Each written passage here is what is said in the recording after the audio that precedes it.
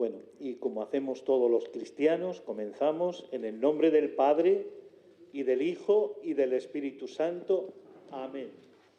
Bueno, y pues ya sabéis que para escuchar la palabra de Dios, para encontrar en la palabra de Dios aquello que necesitamos para vivir, necesitamos invocar siempre al Espíritu Santo. Y como no solo oramos con nuestro espíritu, sino también con nuestro cuerpo, con todo nuestro ser, quien quiera puede abrir las manos como expresión de que queremos recibir el Espíritu Santo, el gran don que Dios nos ha dado.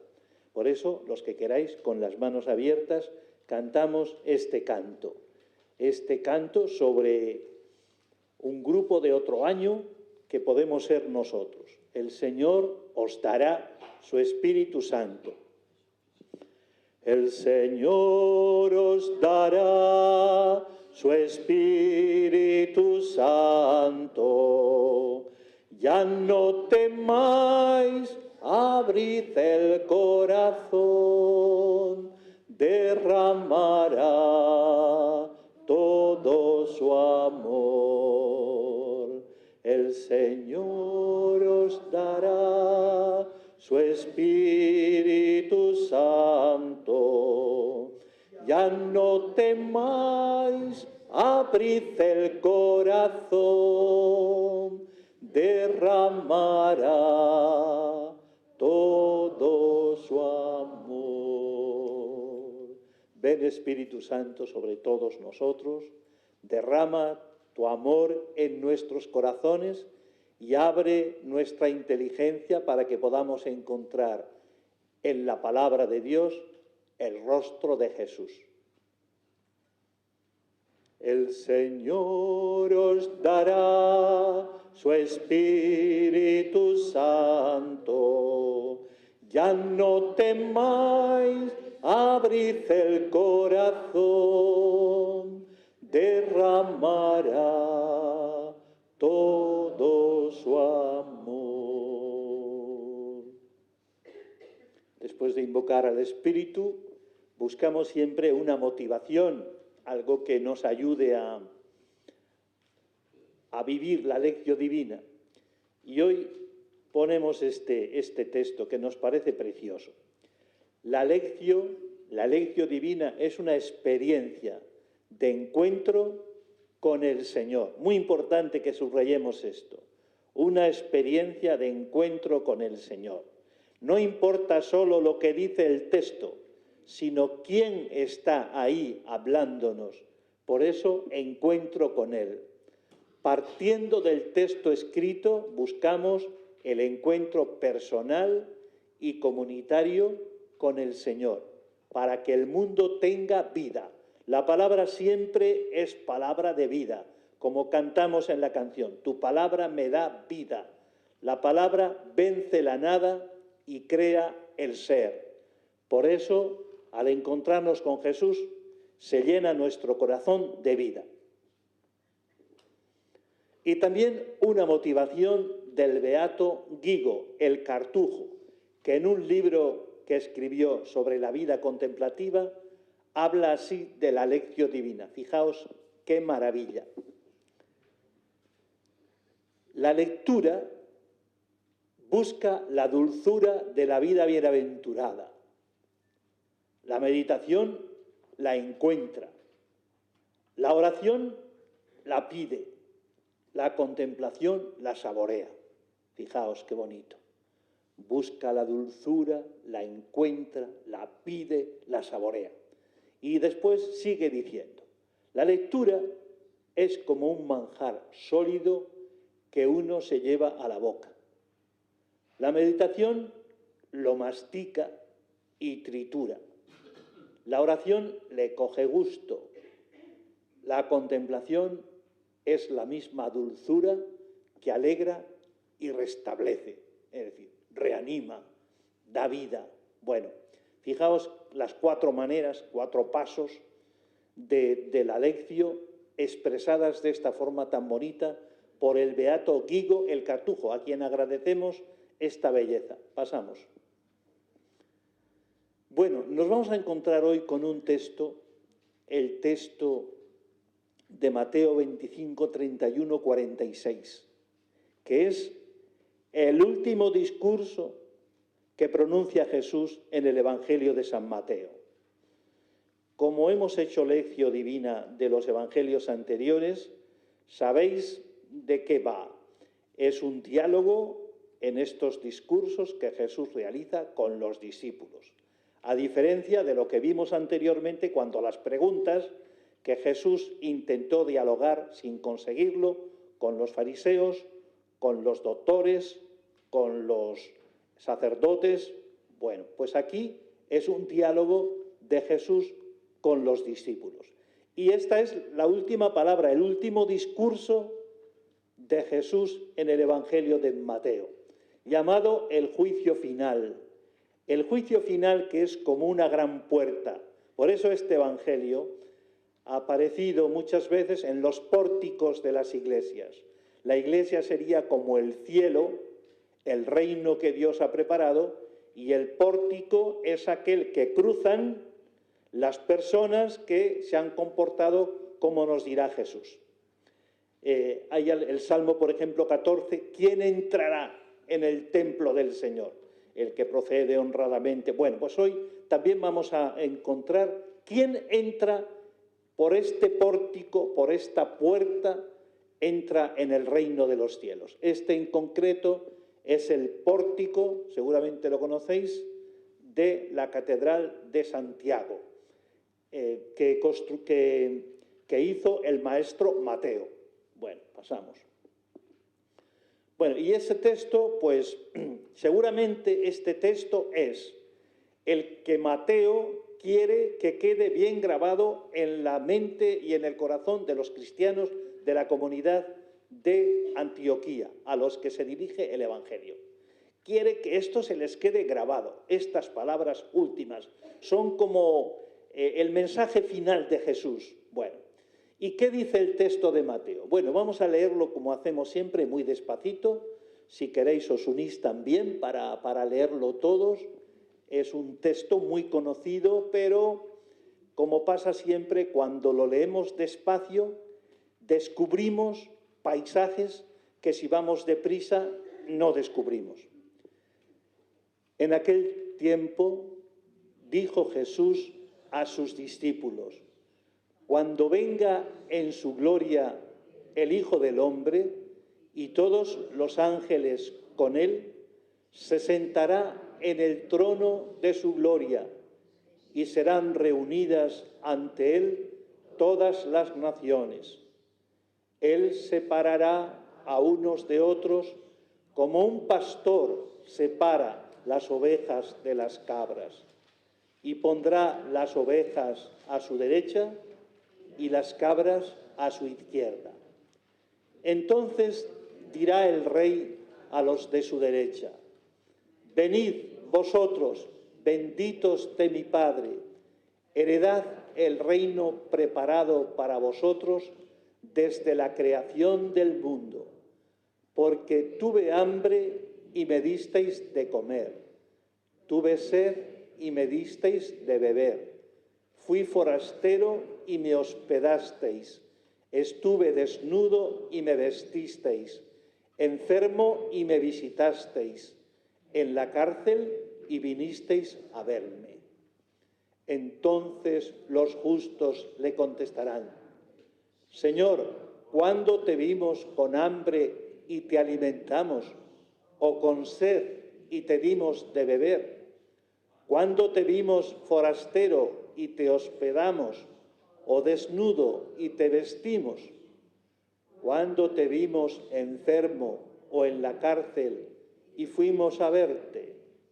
Y el rey les dirá: en verdad os digo que cada vez que lo hicisteis con uno de estos, mis hermanos más pequeños, conmigo lo hicisteis.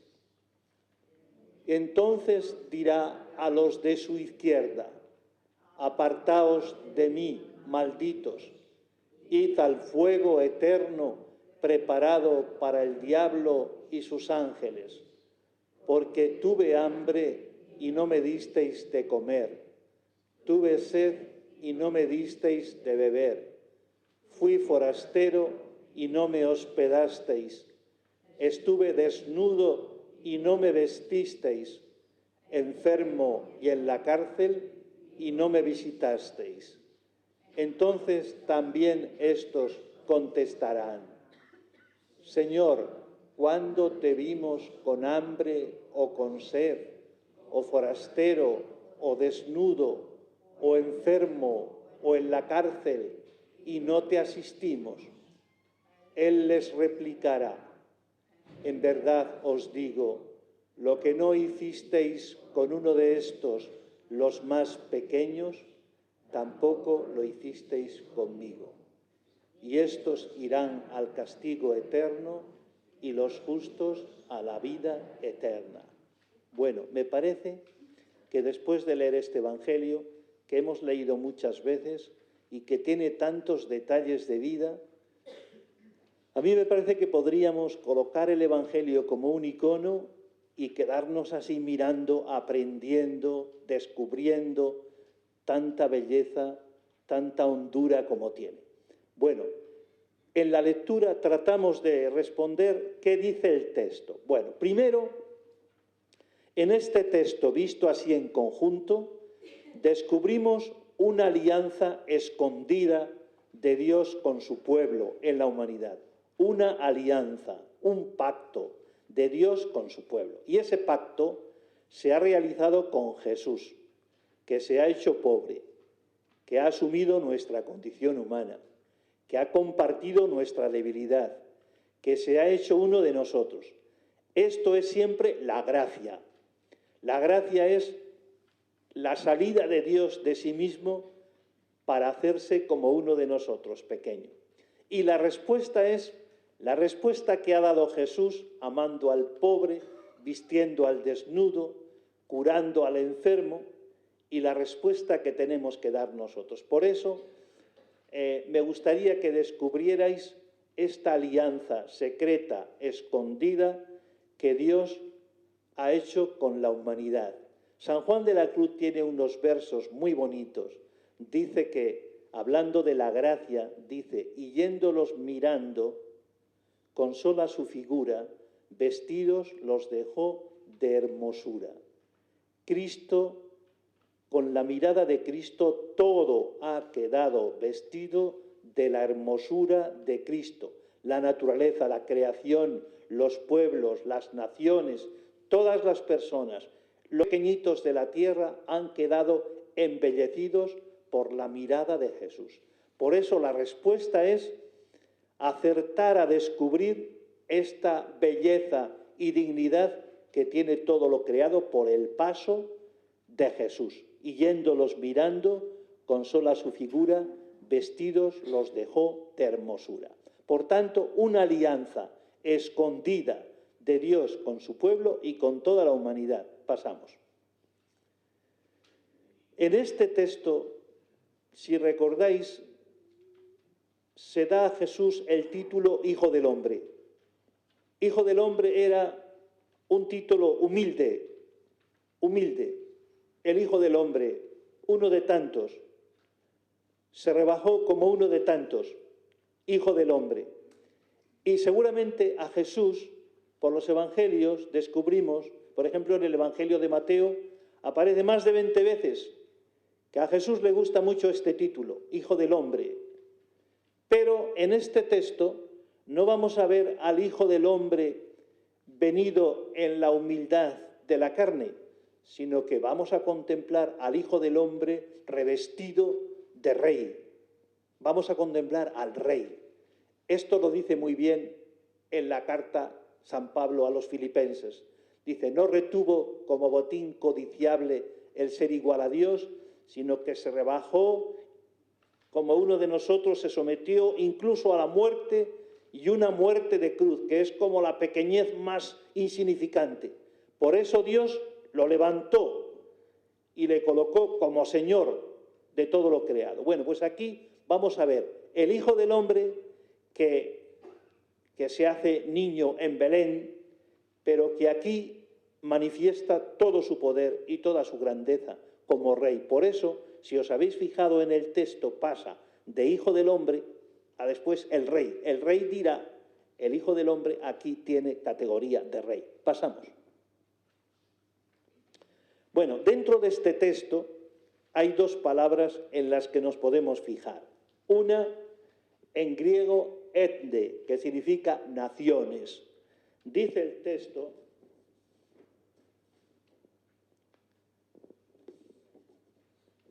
dice, serán reunidas, ¿recordáis? Serán reunidas ante él todas las naciones.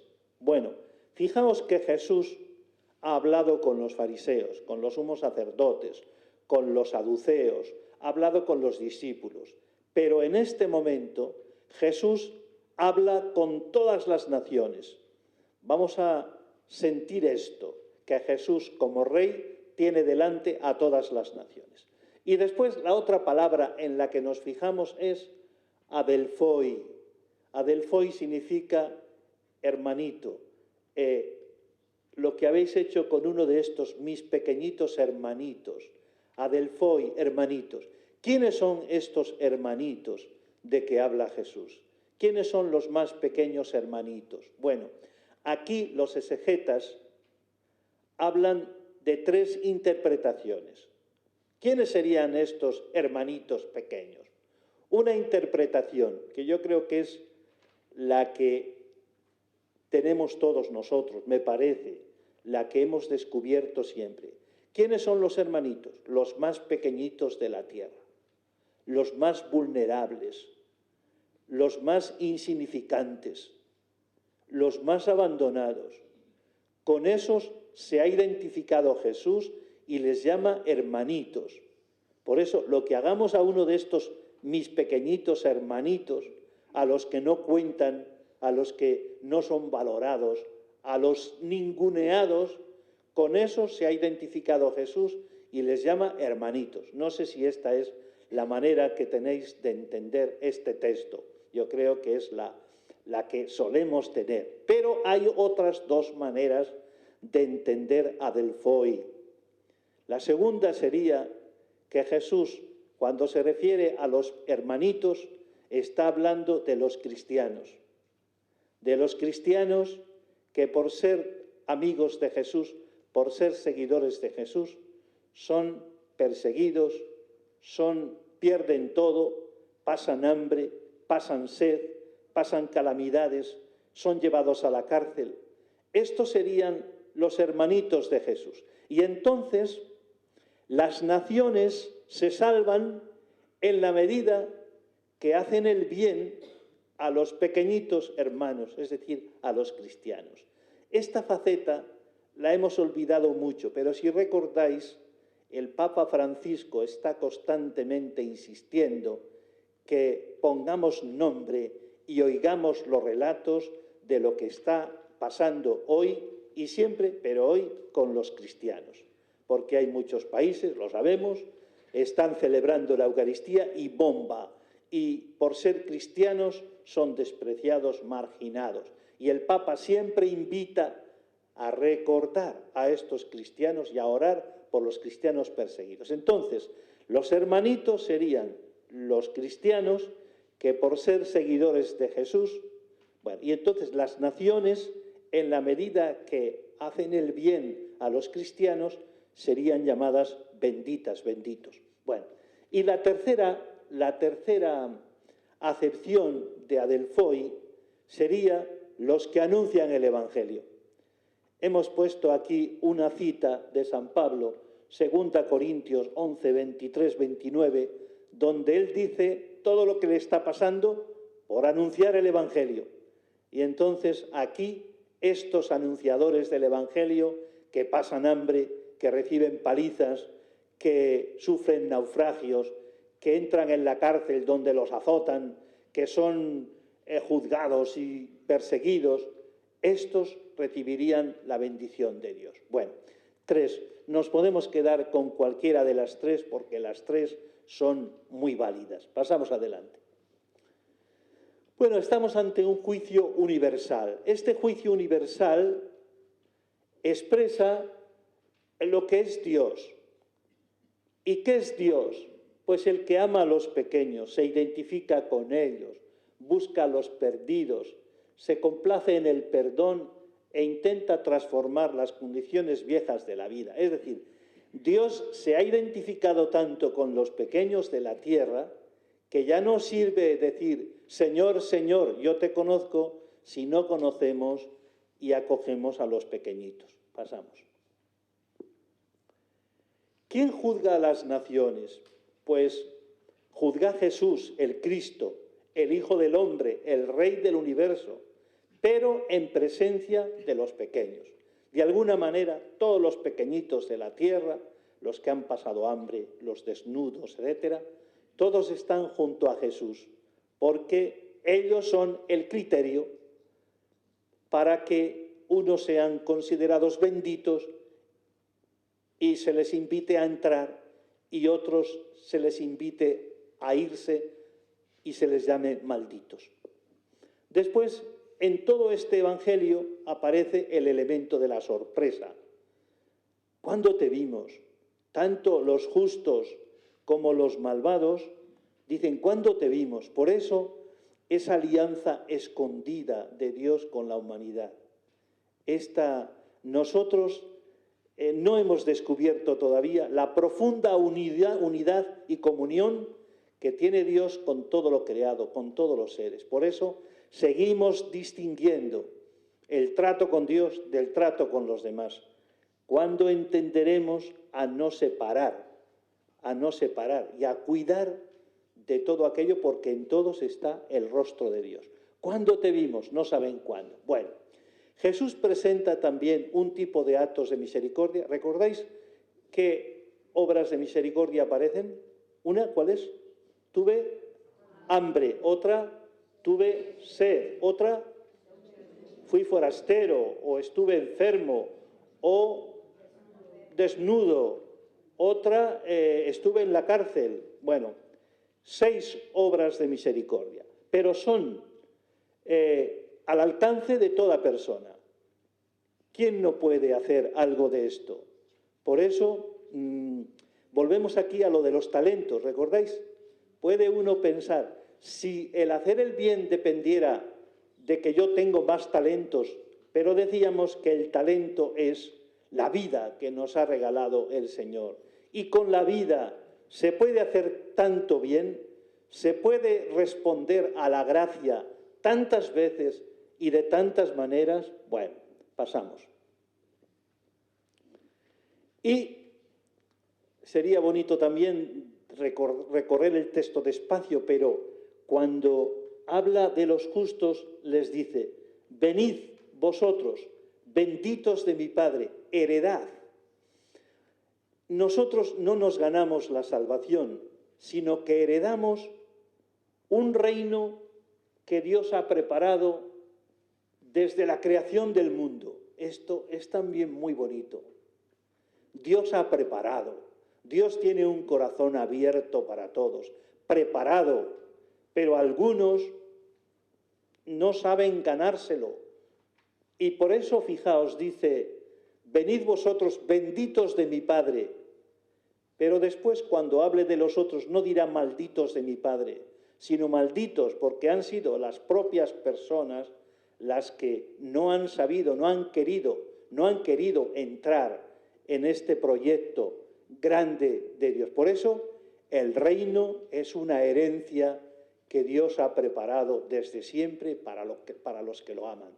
Dice también el apóstol, lo que ni el ojo vio, ¿recordáis este texto? Ni el oído oyó, aquello que Dios ha preparado para los que lo aman. Dios tiene un corazón preparado desde siempre para nosotros. Bueno, muy bien, pasamos adelante. Bueno, la meditación, después de leer el texto, de fijarnos en tantos detalles, pasamos a la meditación que es ¿qué nos dice este texto a nosotros? Y tenemos hoy que es el día de la presentación, ponemos este icono de la Virgen y le pedimos a ella que nos enseñe a llevar la palabra a nuestra vida, a personalizar la palabra. De poco serviría que dijéramos ¿Qué dice el texto? Si no pasamos a este segundo paso, ¿qué me dice a mí el texto? ¿En qué sentido me habla? Cantamos este canto. Hágase en mí según tu palabra, hágase en mí según tu palabra, hágase en mí según tu palabra, hágase en mí según tu palabra. Bueno, con la presencia de María, la que se dejó hacer por la palabra, también nosotros decimos, hágase en mí esta palabra que hemos escuchado. Pasamos. Y aquí una serie de preguntas para que las respondamos cada uno de nosotros. La primera, ¿te afectan los criterios que Jesús usa para decir que uno es bendito o maldito? ¿Te parecen bien estos criterios? ¿Pondríamos nosotros estos criterios? ¿Qué os parece esto? ¿Aceptamos estos criterios? ¿Nos parecen normales? ¿O pondríamos nosotros otros criterios para entrar en el reino de los cielos? ¿Solemos utilizar otros criterios? Por ejemplo, tú, Rosa, dices ¿cuál, por ejemplo? Que sí, que pondríamos otros criterios. Otros criterios. Seguramente, quizás, sin que esté mal, yo he rezado mucho, ¿verdad? Yo he rezado mucho. Pero si has rezado mucho, ¿cómo el rezar no te ha llevado a estar cerca de los pequeños? ¿Cómo has hecho esa división? Bueno, son unos criterios que nos pueden sorprender, pero son los criterios que utiliza Jesús. Criterios para decir al final quiénes han acertado a vivir y quiénes no han acertado a vivir. Bueno, esta es la primera pregunta que os dejamos. La segunda, ¿te sientes impulsado o impulsada a asumir la primera parte de este texto, que ya sabéis cuál es? Venid benditos de mi Padre, y a dejar la segunda parte, apartaos de mí al fuego eterno sin ni siquiera tocarla. Es decir, de este Evangelio escogemos solo la parte que nos interesa, digamos la miel, y dejamos el vinagre. En otros tiempos de la historia, sabéis que este Evangelio ha creado terror entre la gente. El juicio, ¿verdad? Era el juicio. Y Santa Teresa decía, pero ¿cómo vamos a tener miedo si el que nos juzga es Jesús, el que nos ha amado hasta el extremo? ¿Cómo vamos a tener miedo? Por eso, ahora, creo yo que se ha purificado nuestra visión de este Evangelio, pero tenemos que tener cuidado de no utilizar solo una parte. Nuestra vida puede perderse. Mateo, cuando escribe a la comunidad, les está avisando y les está diciendo, todavía es tiempo de conversión. Mientras es tiempo, empezad a vivir los criterios de Jesús. Bueno, la verdad a medias no es la verdad. ¿Os parece esto correcto, verdad? Bueno, pasamos a una tercera pregunta. Mirando a la sociedad que nos toca vivir, que Jesús tenía delante, lo que tenía delante pues era enfermos, hambrientos, sedientos, desnudos, encarcelados, forasteros. Mirando a la sociedad nuestra, ¿cómo completaríamos esta lista de Jesús? ¿Añadiríamos alguna cosa? Por ejemplo, ¿qué añadiríamos al ver la sociedad en la que estamos? Los refugiados, por ejemplo, ¿verdad?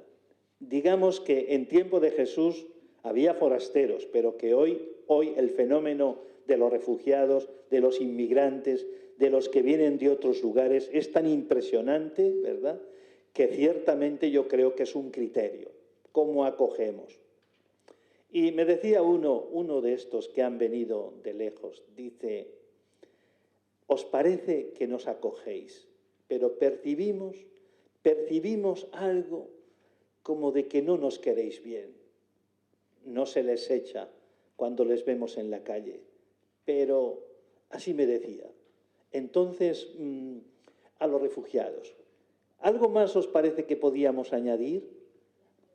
La soledad, por ejemplo, ¿verdad? En tiempo de Jesús, quizás las personas estaban más apoyadas por la familia, aunque también había gente sola, porque al enfermo se le marginaba, al leproso se le mandaba fuera, ¿verdad? Bueno, pero hoy la soledad ha adquirido también un volumen tan impresionante, ¿verdad?, que podíamos decir también los solos, las personas solas, ¿verdad? Bueno, a mí me parece también que podíamos añadir el cuidado de la tierra, que hoy estamos más sensibles. Dice el Papa Francisco que cuidar la tierra es atender a los pobres y descuidar o esquilmar la tierra es ir contra los pobres. Bueno, no sé si hay alguna cosa más, pero tarea nuestra es completar esta lista de Jesús. Bueno, muy bien. ¿Qué más? ¿Descubres o ignoras la presencia de Jesús en los más pequeños? ¿Nos es difícil descubrir esto? Que forman parte de nuestra vida, que no son algo aparte, sino que forman parte de nosotros. Bueno, ¿qué opción estás haciendo en este momento de tu vida? ¿Qué opción? Porque todos vamos avanzando o retrocediendo. Fijaos lo que dice Santa Teresa. Dice, paréceme, tengo mucha más piedad de los pobres que solía. Ella reconoce que hubo momentos en los que no sentía piedad por los pobres, o por lo menos no sentía tanta como ahora siente.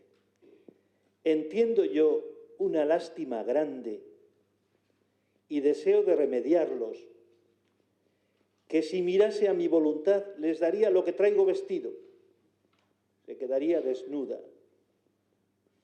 Ningún asco tengo de ellos, aunque los trate y llegue a las manos, aunque los toque, ningún asco tengo de ellos. Y esto veo es ahora don dado de Dios, que aunque por amor de Él hacía limosna, piedad natural no la tenía. Bien conocida mejoría siento en esto. ¿Qué os parece este texto? O sea, ella reconoce que ha habido momentos en los que echaba la limosna, pero si podía pasar sin tocar al pobre, mejor. Y sin embargo, don de Dios ha sido el que ha vencido esto. Y esto lo vemos también por experiencia. Cuando una persona se mete cada vez más en este mundo, se le agrandan los ojos para ver más necesidades. Cuando uno se aleja de este mundo de los pobres, cada vez los ve menos. Pero si los has tenido en tu puerta, pues no los he visto. Y aquí se cumple también lo que dice Jesús. Al que tiene, se le dará. El que tiene una visión que ve a los pobres, los verá cada vez más y los tocará. Al que no, cada vez los ve menos. Se va poniendo una pantalla en los ojos que no los ven. Bueno, ¿qué opción estás haciendo en este momento de tu vida? ¿Hay un movimiento de conversión como en Teresa? Bueno, cada uno dirá. Pasamos.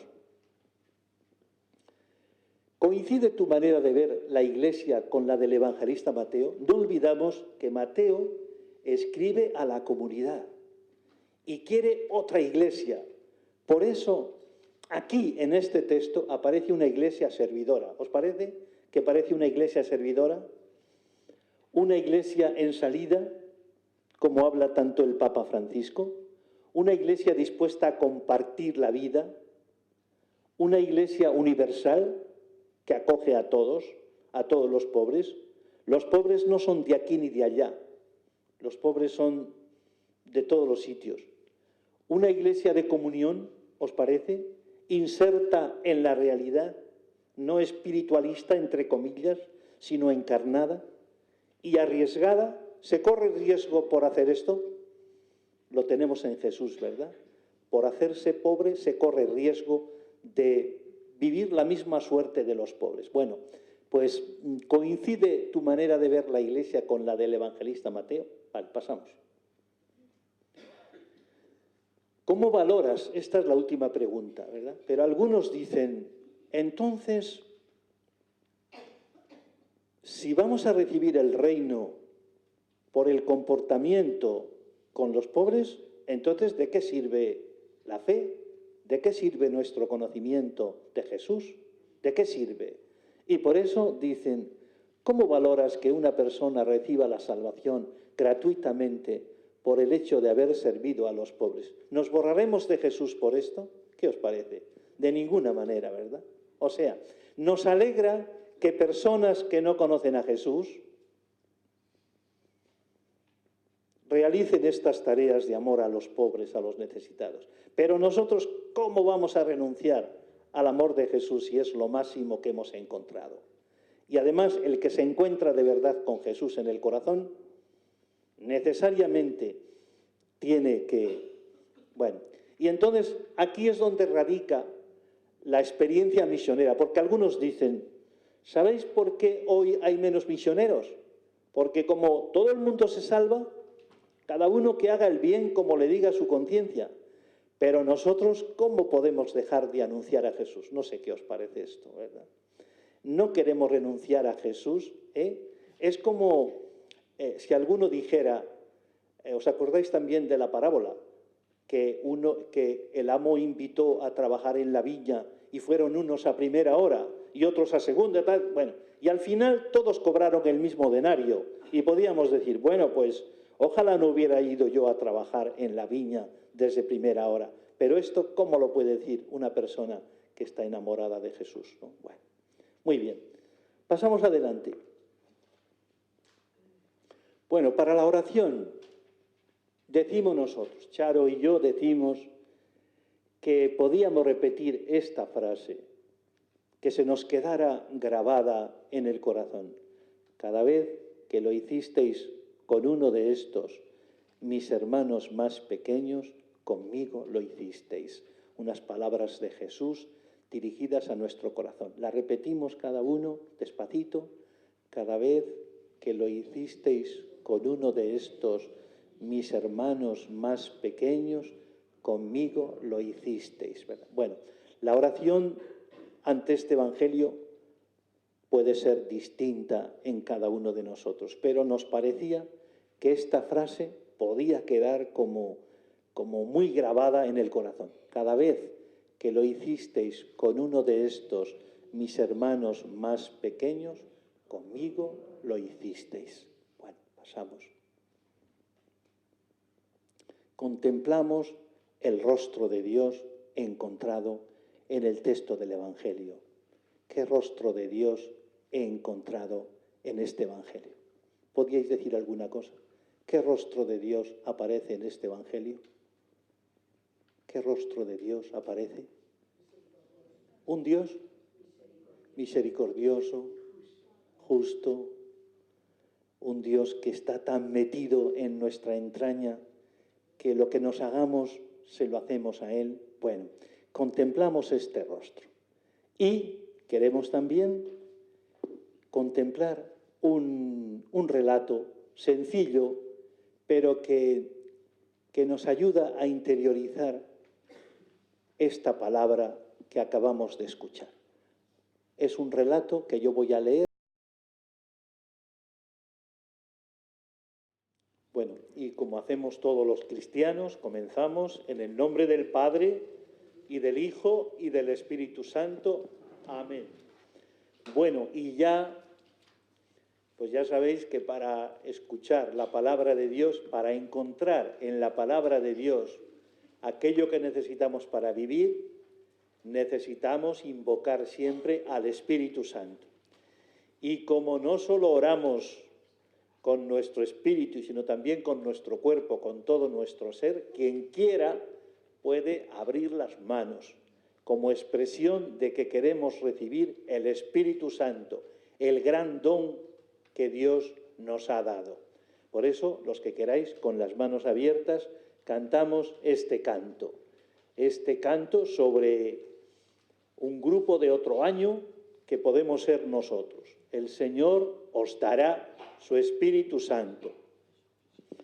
El Señor os dará su Espíritu Santo. Ya no temáis, abrid el corazón, derramará todo su amor. El Señor os dará su Espíritu Santo. Ya no temáis, abrid el corazón, derramará todo su amor. Ven, Espíritu Santo, sobre todos nosotros, derrama tu amor en nuestros corazones y abre nuestra inteligencia para que podamos encontrar en la palabra de Dios el rostro de Jesús. El Señor os dará su Espíritu Santo. Ya no temáis, abrid el corazón, derramará todo su amor. Después de invocar al Espíritu, buscamos siempre una motivación, algo que nos ayude a vivir la lección divina. Y hoy ponemos este texto que nos parece precioso.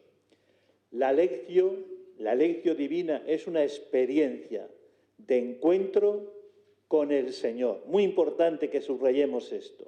Una experiencia de encuentro con el Señor. No importa solo lo que dice el texto, sino quién está ahí hablándonos. Por eso, encuentro con Él. Partiendo del texto escrito, buscamos el encuentro personal y comunitario con el Señor, para que el mundo tenga vida. La palabra siempre es palabra de vida, como cantamos en la canción. Tu palabra me da vida. La palabra vence la nada y crea el ser. Por eso, al encontrarnos con Jesús, se llena nuestro corazón de vida. Y también una motivación del beato Guigo, el Cartujo, que en un libro que escribió sobre la vida contemplativa, habla así de la lección divina. Fijaos qué maravilla. La lectura busca la dulzura de la vida bienaventurada. La meditación la encuentra. La oración la pide. La contemplación la saborea. Fijaos qué bonito. Busca la dulzura, la encuentra, la pide, la saborea. Y después sigue diciendo, la lectura es como un manjar sólido que uno se lleva a la boca. La meditación lo mastica y tritura. La oración le coge gusto. La contemplación es la misma dulzura que alegra y restablece, es decir, reanima, da vida. Bueno, fijaos las cosas se había presentado. Comenzó la plegaria y el zapatero se quejaba apesadumbrado. Señor, ¿cómo es que no has venido? Yo te esperaba. Qué gozo tan grande el del zapatero al oír una voz que decía, Juan, te he visitado cada vez que alguien ha llamado a tu puerta. Si acogéis a cualquiera de estos mis hermanos, por pequeño que sea, me acogéis a mí.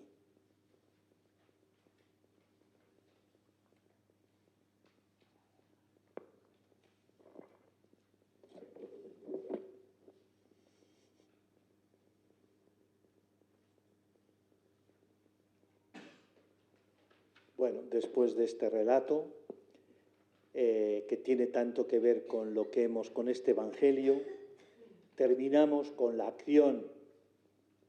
La acción es como una vuelta a las tareas de cada día, pero se nos ha afinado la retina después de haber entrado en este Evangelio y después de haber tenido un encuentro con Jesús.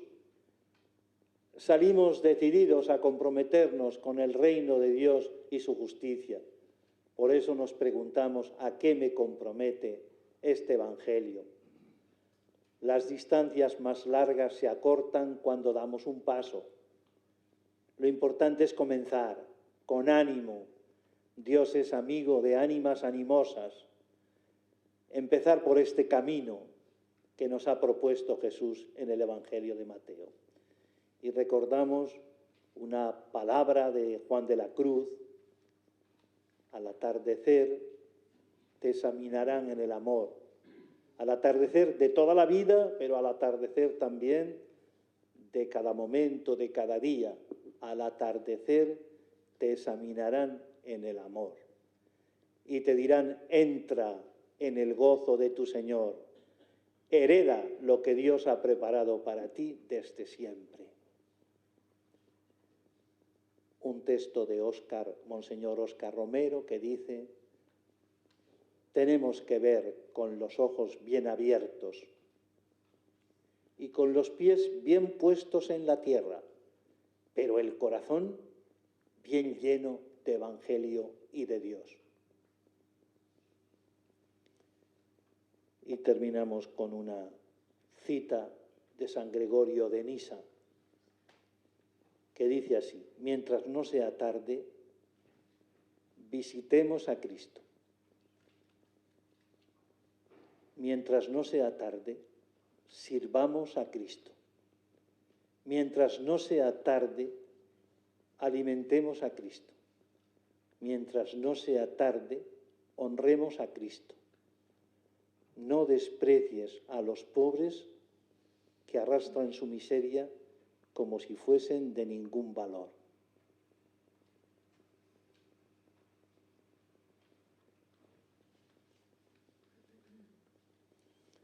Bueno, pues gracias.